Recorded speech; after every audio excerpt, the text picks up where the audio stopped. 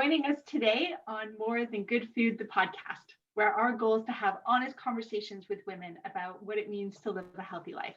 I'm your host, Brooke Gordon, and this is season 2. I'm delighted today to have Meaghan Jackson join me. And so, Meaghan, I want to take a quick moment for you to just reintroduce yourself. You are a fellow podcaster, you are a parenting coach, and you are my sister. What else do you want to share about yourself? I run 2 businesses and I homeschool my boys in amongst being a parenting coach and speaking and authoring, and it gets kind of crazy around here. So it's nice to have a break and have a chat with you.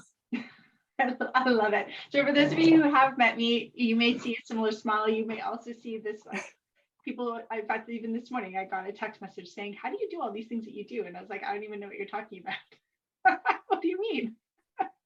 So yes, apparently it runs in the family. Yes. So last week we talked about hydration and how when you are busy and you are on the go, hydration is incredibly important. And you sent me a message. Are you comfortable to share what it was that you shared? I'm really excited to share it because right after the conversation, I was way more aware and conscious of how much water I was drinking and encouraged my boys to as well. And they got really excited. We all filled up water bottles, kept a spare in the fridge, and got some flavored water going on. And I was really excited to finish my water bottle. I set a lower goal for myself. I figured I'll finish 1 full water bottle today, just to keep it on my mind. And I felt so much better. I was had way more energy and was more alert, even though it was the same as every other day. I just felt more upbeat and full of energy. So today my water bottle has rose hip and some frozen blueberries in it. So just for some fun and flavor. That sounds so delicious. I have a little bit of bitter orange. It's I'll maybe post a link to the brand, but it's one of those ones you use in cocktails. But I actually just put 2 or 3 drops into my water, and it was really quite delicious. I really enjoyed that. Nice. Oh, I'm so glad to hear that. And I'm already on to my second water bottle today. Okay, the first one was a bit of a half, a little bit less than a full water bottle, but I'm already on my second one today. So I'm like, yay. I hear you. That's awesome. That's so awesome. I know, here I am just making sure I set it down carefully. The last thing we need is to pause because of a spill.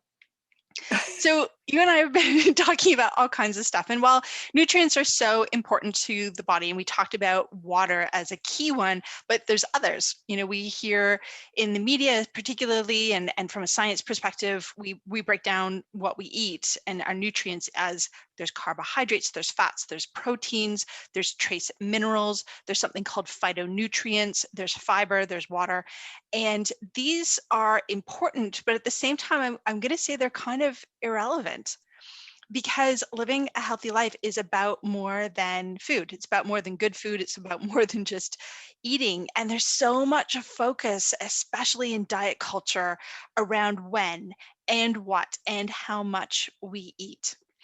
And that all being said, there's one aspect that I do want to talk about, and it's in the context again of restoring focus.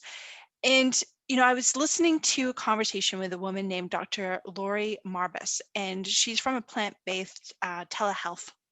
And she said, when you start feeling better, you naturally want to move your body. Just to think of all the things you can do when you're not thinking about your health. And that's it exactly. Like for me, I think about, you know, how much effort it takes to concentrate. We're here, you and I know each other obviously very well. And so we're very comfortable having a conversation together, but you're 2-dimensional for me, right? I've got my notes on one side, I've got you on the other. And, you know, that ability to concentrate while we're doing that, I am still, right? Because my mind is focused on our conversation and being present with you in the moment. And then I think about how difficult it is to navigate this type of an environment where you may not have notes. You're trying to take notes, you're gathering actions, you're contributing to a conversation, maybe in a work meeting. And all the while, there's a part of your brain that's saying, I don't feel comfortable. I don't feel well on the inside. And Meaghan, I know you've had quite a journey with food and that feeling well. Are you comfortable to share a little bit about your journey with food for you and your 3 boys? Oh, yes. And that journey is not over, because as they grow and as our bodies change, and as I'm getting older too, I'm still figuring out what's working and what's not for my body. But I think our journey began probably when my second son was still a baby, and he screamed. And I mentioned this in the last one, for like 9 months. And at the same time, his older brother, he was 2 years older, there was just so much digestion. Now, as a young mom, my world was surrounded by poop and diapers. I mean, that's just a reality. But you get to know what's normal, what's not, what's going on by what's coming out. And it just wasn't right. But I didn't know anything. I mean, I'm just the kind of person that was like, you just do what the TV says. You buy the food that's on the commercials. I didn't know there was any other options. So I talked to my doctor, and as much as I love doctors, they aren't as well equipped to know a lot about how food affects your body. They are more on the medicine side of things. And so in passing, when she had mentioned that dairy might be affecting my son and I could just by chance give it a try, I saw a huge difference. And so that led me into thinking, okay, there's a whole nother world that I don't even know exists. And I went to like the local health food store, and they offered classes, and I was like there all the time. I took every class I could find. I did all the reading I could find. And I feel like I was the one that was spurring this on. But when it's your own body or your own kids, you need to be an advocate for yourself. And you need to try every doctor, different approaches, until you feel like, okay, somebody gets, like there's a gut intuition, something's not right. So we end up going dairy-free completely. We tried gluten-free, but I didn't feel like there was a noticeable difference. It was just more work for me. So I had to pick and choose. And then they did get some testing, unfortunately, not as much as I'd like, but there you are. They ended up with a fructose intolerance, because by the time I cut out everything, they were only eating fruit, but then too much. So then it took a couple of years to kind of figure out a balance of what they could handle and tolerate in their bodies, which worked out really well for me, because by the time I had my third child, the instant something went wrong and he had like a flare up of eczema, I knew exactly what it was, because I'd already seen it in them and in myself. So we're trying to just figure out what our bodies can handle. And then for us, honestly, I have to make it work for our busy life and kid-friendly food. And that's still a bit of a toss-up and a conversation that we have often, because now they are becoming more independent. I can't just hand them a bowl of food and expect them to eat it. I mean, I got a teenager on my hands now. He has to learn and make his own decisions too. Actually, one of the things that I love so much is when you and I were talking, I guess last episode, and you had mentioned, well, the boys, part of it is around them becoming more attuned with their food. And I think of a post that you sent just last week. I think it was the youngest, 5 at the moment, had made this beautiful meal. Like it looked fabulous. Oh, it was yummy. Yeah. Okay. So what was in it? Tell us a bit about that. He remembers cooking. So I get them involved right from the beginning. They're always in there cooking. We have a community garden. They're in there doing the food with me, which really does help because they're willing to try more. So he remembered, he just has fun with the frying pan. So he chopped up all these vegetables from the fridge that he could find and fried them all up. So I had onion, garlic, and mushrooms in the frying pan. And then I thought, okay, well, I got to put it on something. So I got him to do a sweet potato in the microwave. So he liked poking at the sweet potato. And then I thought, okay, this sort of good, but I just grabbed a can of beans from the cupboard to add to it too. So he made me this whole delicious gourmet meal. And then he was willing to try some of it. It did kind of not really his thing. So I gave him one tiny piece at a time and told him, like, spit it out if you don't like it. I don't care. And he actually liked the onions with some spices on it. So Nice. I mean, I'm hearing experimentation. I'm also hearing one table at the family, and I think of, the last episode from season 1. My daughter's a vegan. What do we eat? And just, the sharing of mother and daughter. Tessa and her daughter came on to talk about, like, what is it that they're going through as a family, right? What happens when one of your kids either has maybe an allergy or is struggling to fully digest a particular food, or as a teenager makes a conscious choice to start eating differently, and what do you do with that? And so for those of you who are resonating with this part of the conversation, I encourage you to go back and listen to the episode. I think it's 17. There was just such a great, honest conversation about how they dealt with nutrition and a whole bunch of other pieces, and particularly the focus on how do you integrate that as a family. And we're still navigating that too, because we knew that dairy was an issue when they were little, but then as they got older, they seemed to be able to tolerate it. So then I just let it slide. I kept it up because I knew how it affected me. But then, I mean, pandemics and getting to the grocery store, like, you kind of let things slide at certain points in your life. You pick different priorities.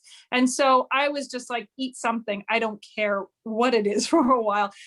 But around just a month before Easter, we decided, I said, hey guys, I've been noticing some things about your bodies and your attitude. And I'm just wondering if you want to give it a try. And a part of that was information. That, not scaring, not me trying to push my opinion on them. I said, here are some things, let's learn and research. You guys make your own decision. Do you want to, renew this, give it a try again? And they all agreed to it and said, hey, what have we got to lose? Let's give it a try. So for 5 weeks before Easter, we pretty much cut out dairy. I wasn't too picky on if it was in something, but we were just like, obviously not physically, like, going for cheese and milk. And then they were going to splurge at Easter with all their Easter candy. And they have noticed such a significant difference that they've chosen to stay off it since. And then there's been a couple, I bought treats, I bought pudding, and I didn't even think what was in the, I just got like those little snack pack puddings, and they all were like, oh, don't do that again. That did not go over well. But, I'm not changing diapers anymore. It's up to them to know. Now I have to inform them. I have to tell them, this is what's normal. This is what's not. You got to tell me what's going on with your body now. And so now we're navigating, what are we going to eat? Now what? What are we going to snack on? What are we going to eat? What are meals going to look like? So. And I realize here we are again, we've all just met each other and we're talking about going to the bathroom. And so, but it's important because, I think of where I am. If you meet with me at any time on video, this is what you see. You see me. I'm right now sitting on a stool because but normally this is a standing desk. You'll see my beautiful artwork painted by our mom. This is where you'll find me, and I'm here for many hours a day. And it's that feeling of being still, right? I'm not eating and drinking with a rhythm per se, because I eat and drink when I can between meetings. And I know for yourself, Meaghan, you're an entrepreneur. You're running at least 2 business, and you're a speaker, and you are an author, and you've got 3 boys whom you're homeschooling. Like, life is just literally about a combination of scheduling and just managing in the moment.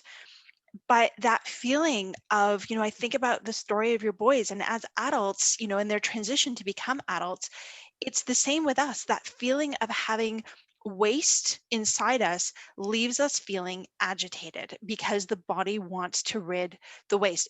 Whether it's healthy or there's a struggle is absolutely not the point. The point is our body is literally equipped and designed to use and eliminate what we ingest, whether it's food, beverage, water, whatever that looks like.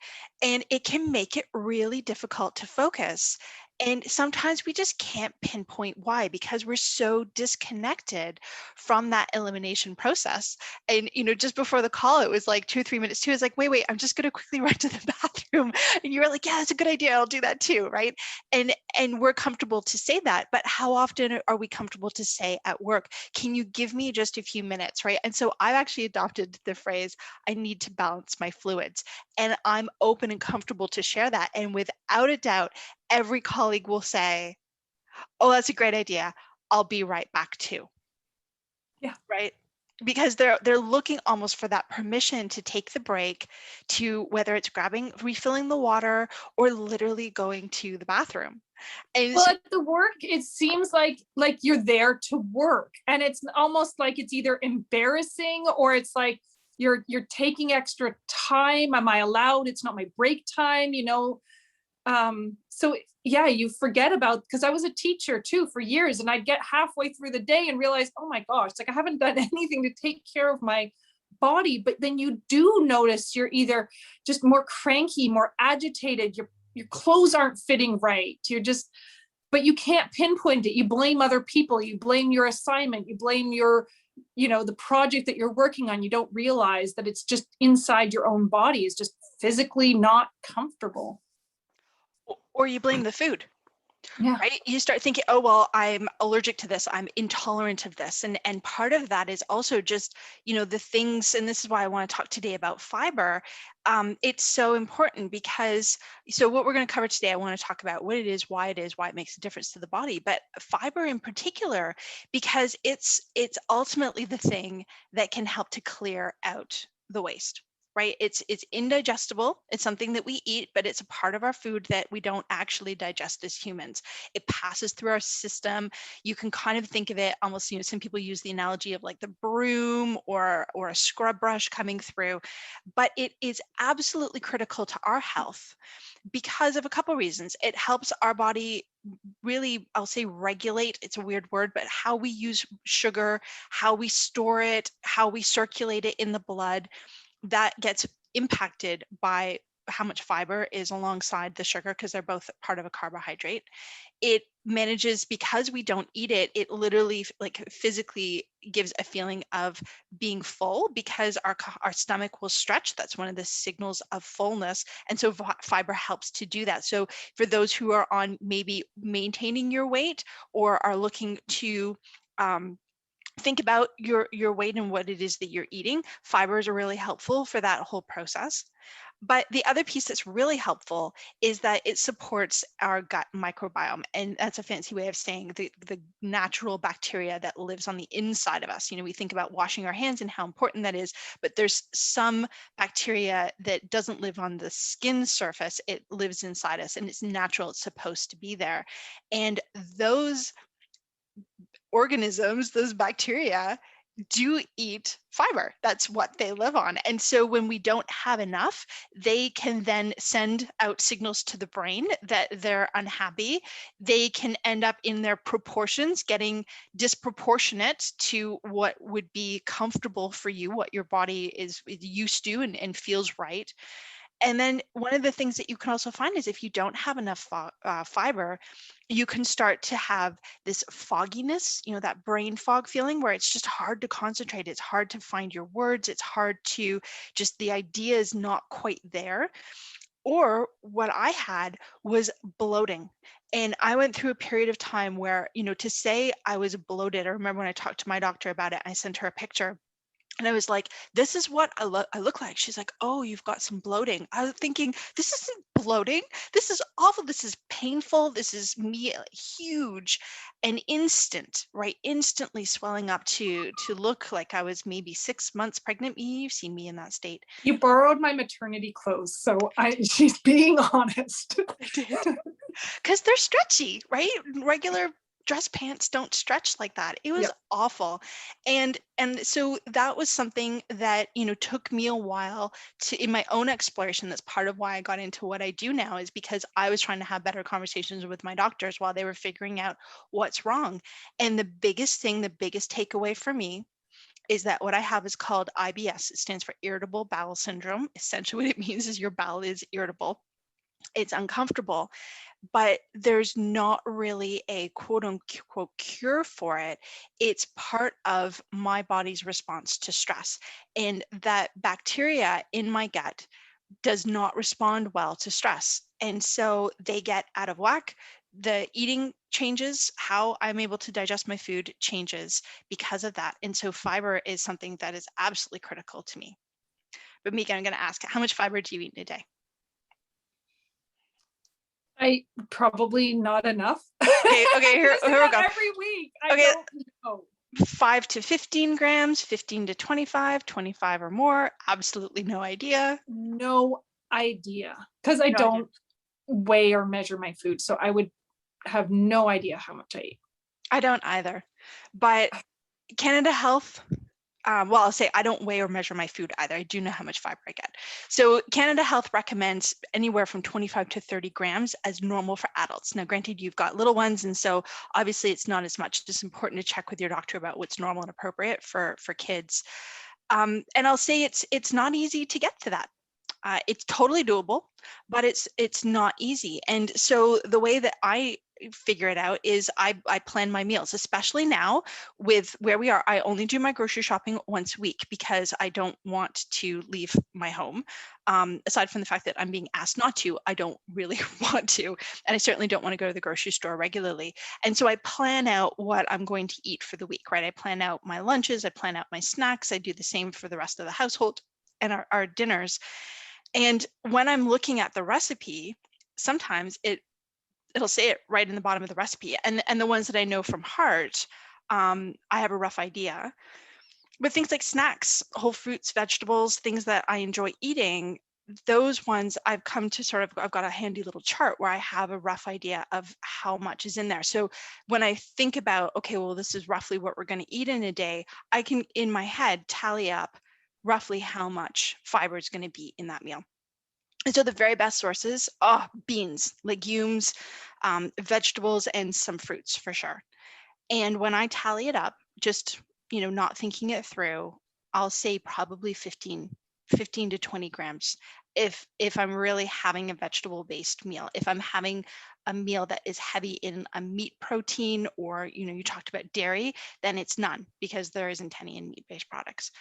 And so that plays a huge role, is paying attention to that. You absolutely have to have plant-based food to have fiber. Like that's a given.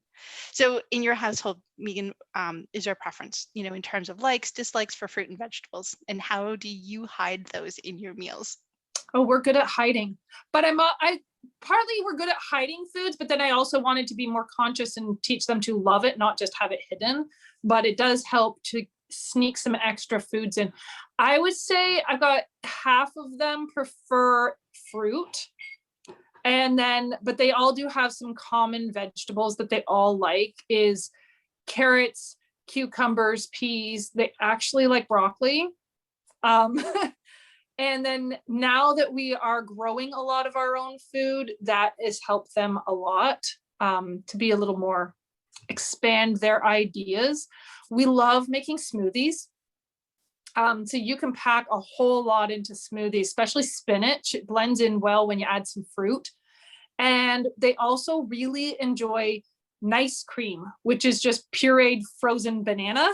And then we throw in stuff in there too. So I'd say fruit is a lot easier just to give them because it's sweeter, but I try to make sure that they eat vegetables with every snack and every meal.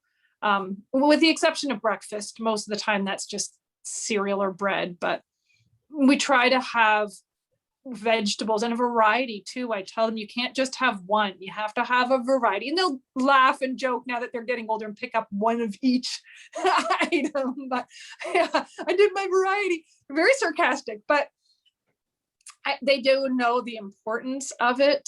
But it's really sometimes hard because they get stuck in a rut and don't want to try new things. So we've had some experimentation over the years. It was a little easier when they were younger to get a whole lot more creative. I remember when you and I were little, and anything we didn't like on our plate, you just had to have just three bites, whatever it was.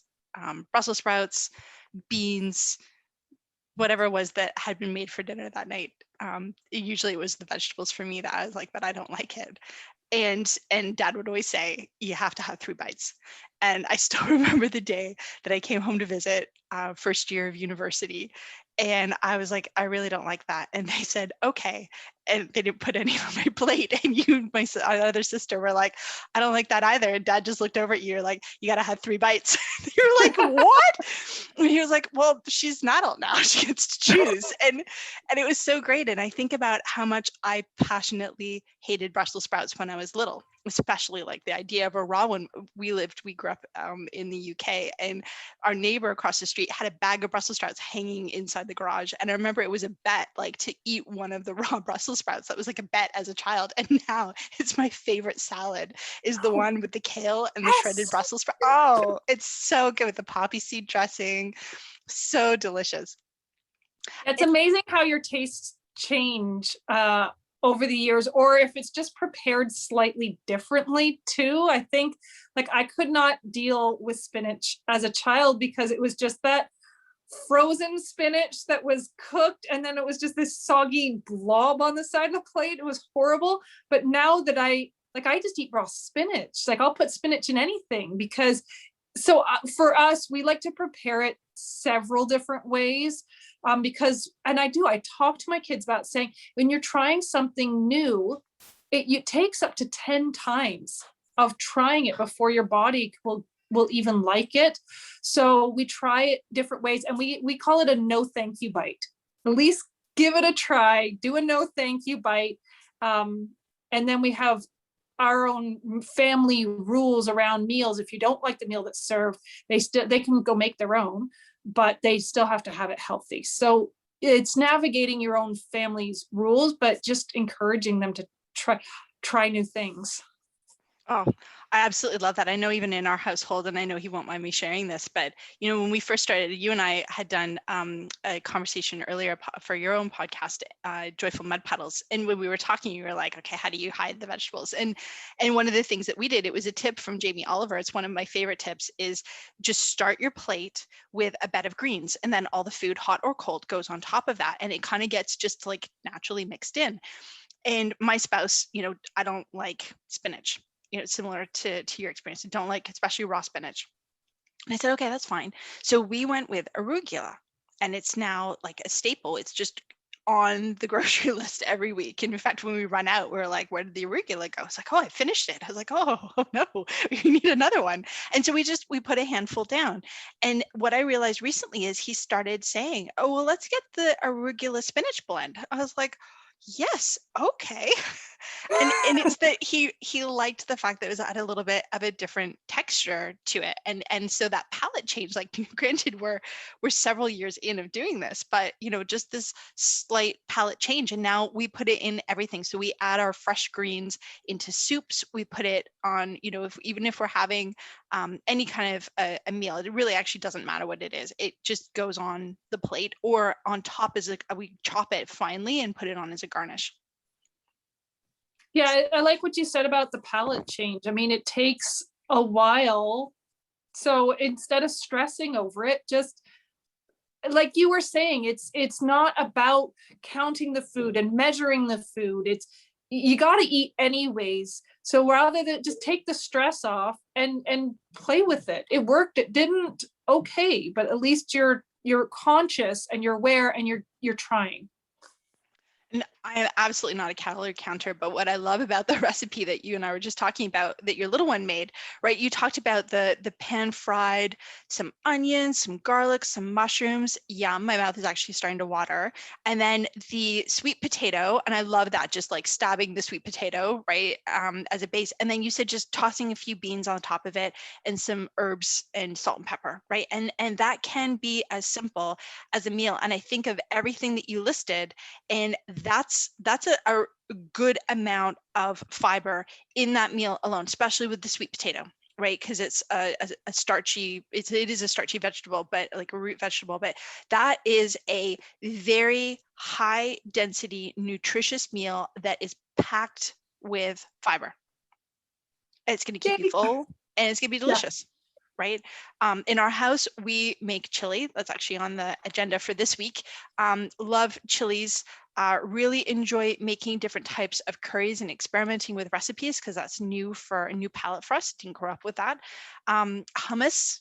My spouse has hummus every day with raw carrots as his snack, or loves that, and apples with peanut butter. And then other different types of bean dips. So I just recently learned about tahini milk. I've never even heard of this before. It's mixing a little bit of tahini with water. You can season it. I actually tried it with a little bit of cardamom. Oh my gosh, it was fabulous. Like fabulous. I'm going to start using this as a dairy alternative in my cooking. You should try it with ginger.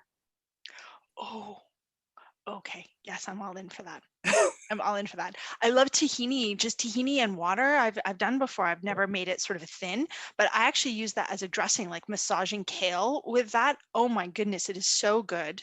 I take Brussels sprouts every day. I have like small handful of Brussels sprouts. They're really high in selenium, which is great for thyroid. So it's something, if you do have thyroid concerns, talk to your doctor about first, but I love that.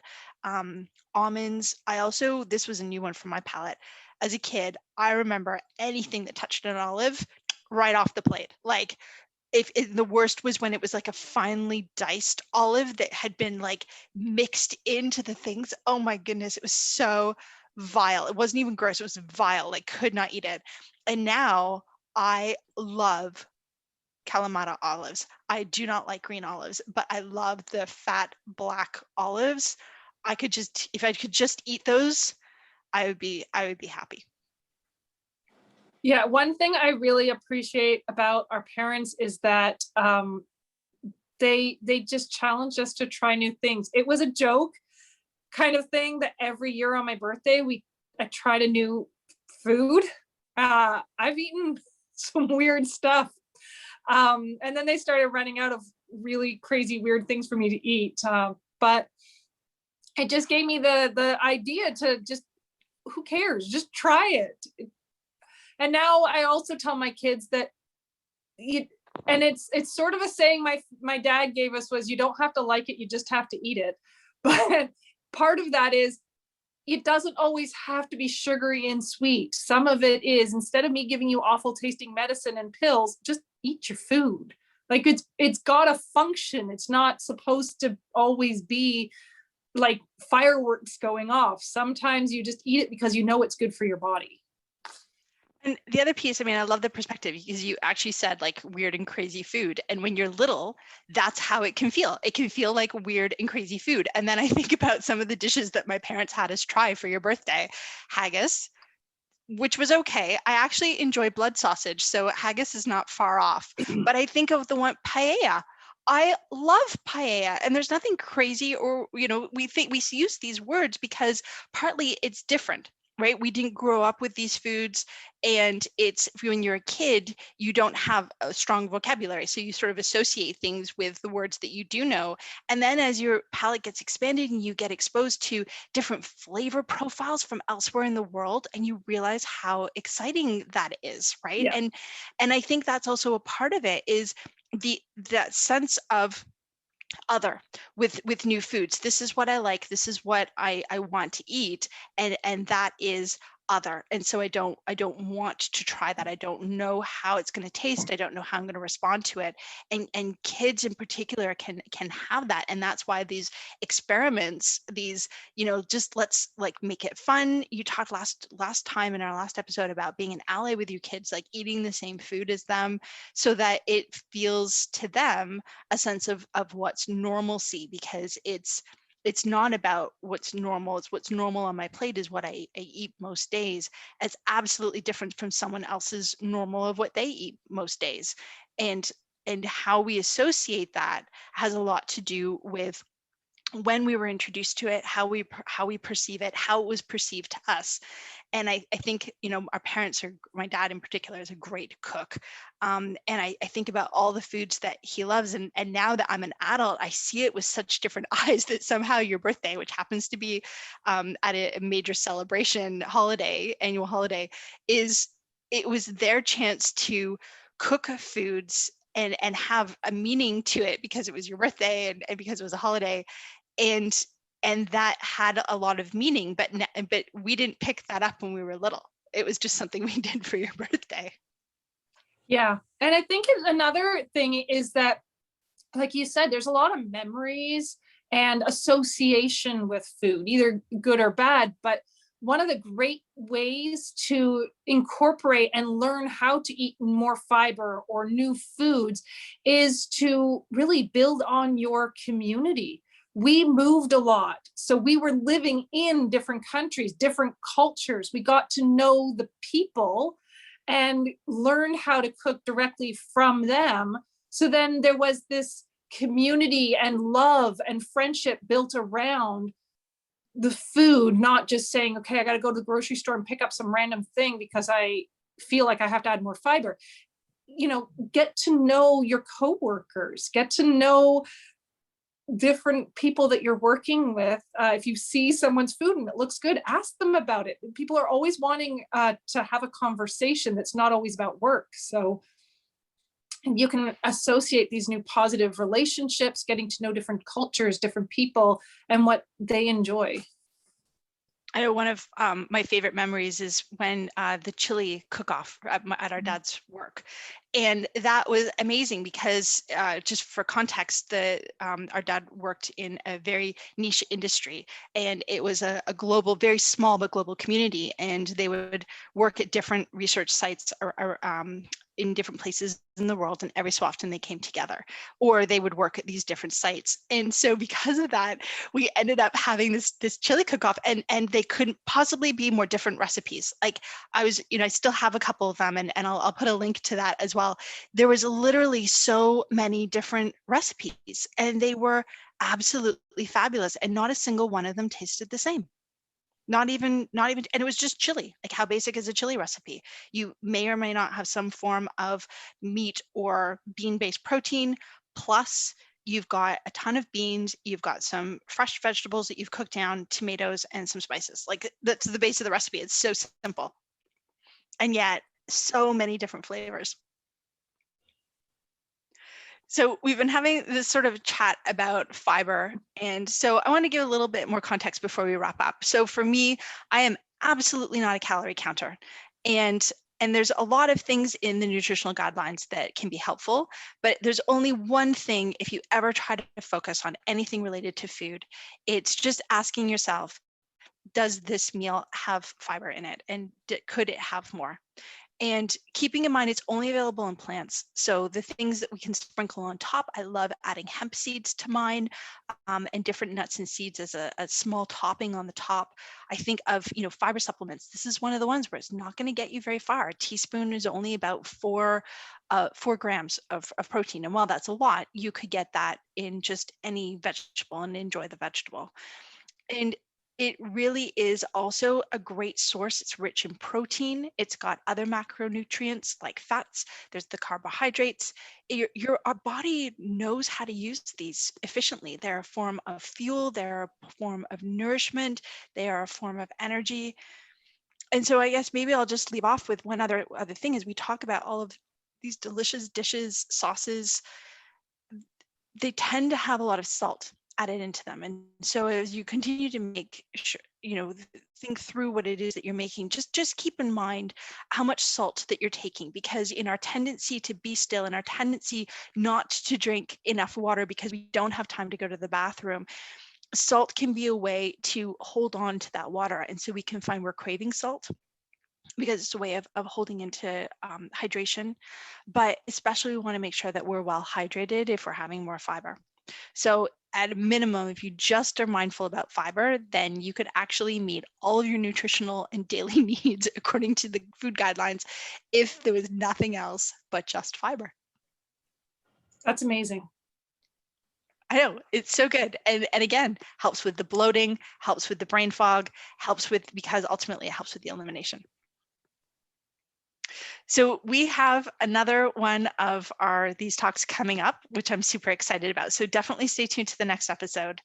I want to thank you so much, Meaghan, for coming to join me today. Thank you. It's always a pleasure. I learned so much, and I'm going to go now and work on my grocery list. I love it. So I'll be posting some resources. For sure, you're going to find those chili recipes for me. I'll also post a link to some resources on different foods that are high in fiber. If you haven't already downloaded the guide, I absolutely recommend doing it. It's called How to Restore Your Focus in 60 Seconds or Less. It's absolutely free to you. It's got some great recipes in it, including my favorite brownie recipe. So definitely be sure to check out the show notes for links. And if you have other ideas, if you're looking for more information, if you have a suggestion for an upcoming show, would love to hear from you about that as well. So until next time, remember that living a healthy life is about more than good food.